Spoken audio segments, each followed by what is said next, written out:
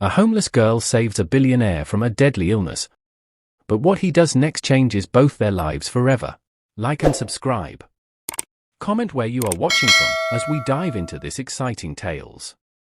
Ethan Cole sat in the back of his limousine, staring out at the blurry lights beyond the rain-soaked window. He didn't care about the weather. His chest ached again, that familiar, cruel pain that felt like something was slowly eating him from the inside. For years, it had been his shadow. Doctors called it rare, incurable, terminal. Money couldn't fix it. Billions couldn't fix it. "Mr. Cole, we're almost home," his driver called. Ethan didn't respond. He hated that word, home. His mansion felt like a gold cage, filled with staff, silence, and the smell of medicine. Then, without warning, the limo shuddered and slowed. The engine coughed, sputtered, and died right there in the middle of a dimly lit street. "Sorry, sir," the driver muttered. "Looks like the flooding got to the engine.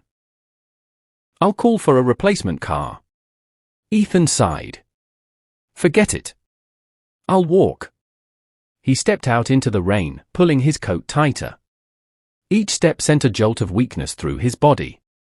His vision swam. He pressed a hand against the wall for balance, and that's when he saw her. She was crouched in an alley, wrapped in a torn grey blanket, her thin shoulders trembling in the cold. Beside her was a rusted pot sitting on a makeshift stove of bricks and burning trash. She stirred it with slow, careful movements, like it was the most important thing in the world. Her eyes lifted when she heard him. Not the fearful eyes of someone seeing a stranger in the dark, but eyes full of calm curiosity. "You look sick," she said softly, her voice almost lost in the rain. He gave a tired, humorless smile. "You're very observant." She tilted her head. "Come here. Sit." He wanted to scoff. He was Ethan Cole, he didn't take orders from strangers in alleys. But the truth was, his legs felt too weak to argue. He stepped under the broken tin roof, sitting on an overturned crate. Without asking, she handed him a steaming cup of something earthy and bitter-smelling. "Drink," she said simply. Ethan hesitated. The steam carried a strange, herbal scent, one he didn't recognize. "What is this?" "A cure," she answered. He almost laughed, but her eyes were steady, unwavering. Against his better judgment, he sipped. The taste was sharp, almost burning, but after a few gulps, the tightness in his chest loosened just a little. The pain dulled. "What's your name?" he asked. "Maya."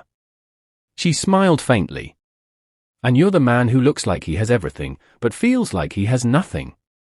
For a moment, Ethan forgot the rain, forgot the cold, forgot the billions that couldn't save him.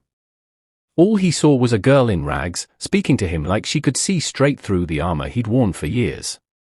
That night, he walked away with a strange feeling, like he had just stumbled upon something more powerful than all the medicine in the world.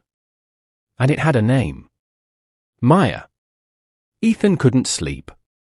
It wasn't the storm this time. It wasn't the usual restless nights filled with pain. It was the girl, Maya, and the way her words kept echoing in his mind.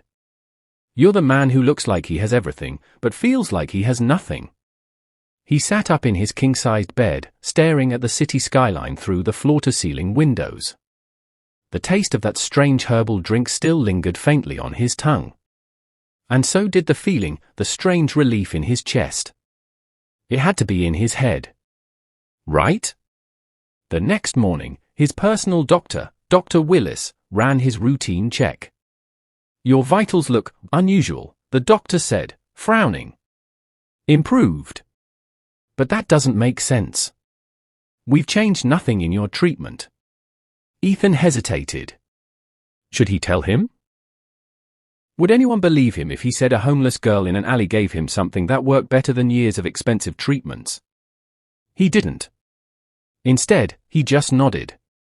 Maybe it's a fluke. But by afternoon, the pain that usually crushed him by midday still hadn't returned. That night, curiosity won over pride.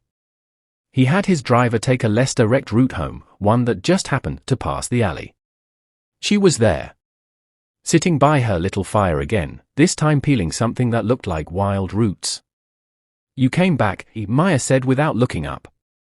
Ethan stepped closer. "What did you give me?"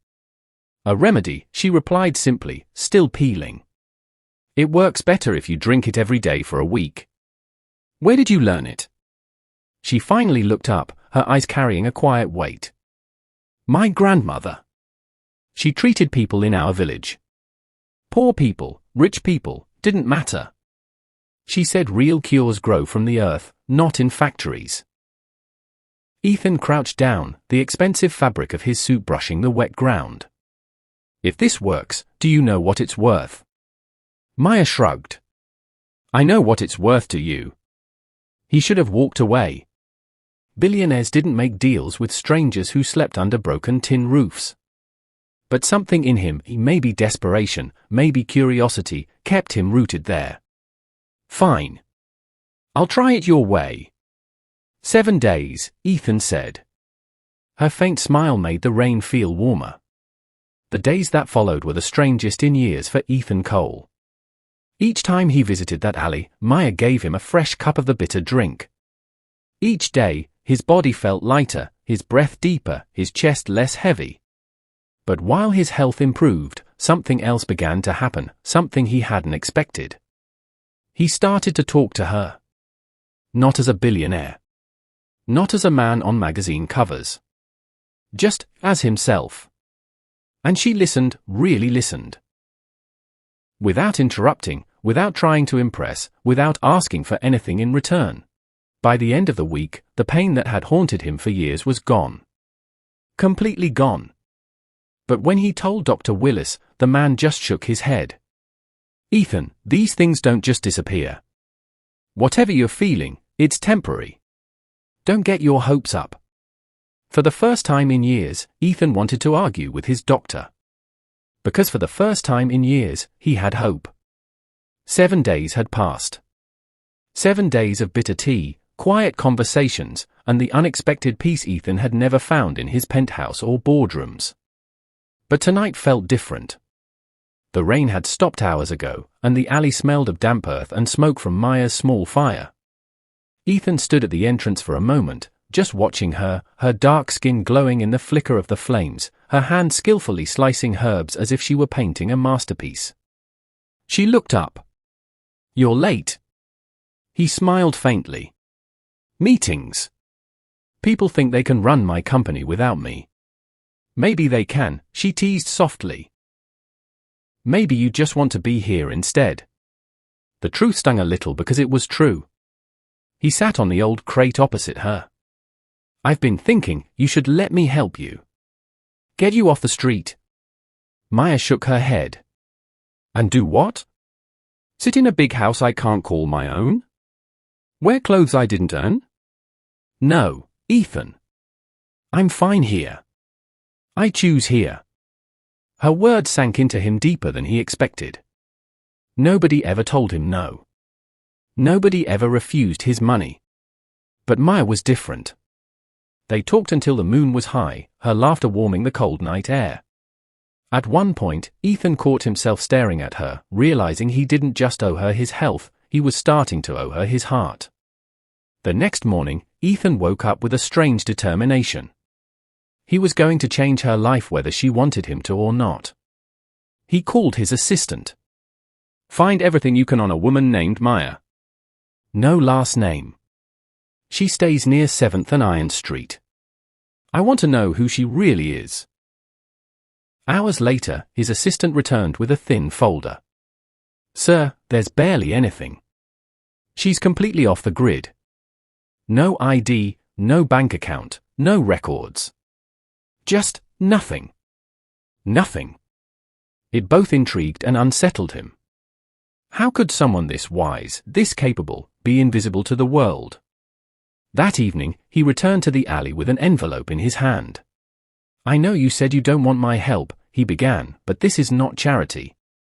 Think of it as a thank you." She didn't even look inside. She handed it back. "Ethan, you think money fixes everything. But sometimes, it breaks more than it fixes. If you want to thank me, Keep living. Healthy.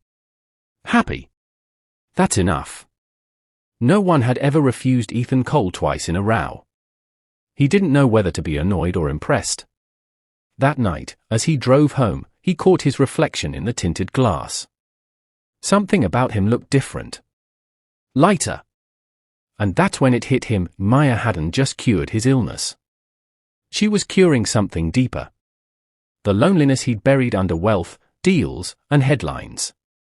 But Ethan didn't know, someone else had been watching. Someone who didn't like the way the billionaire kept showing up in that alley. Someone about to turn their quiet connection into chaos.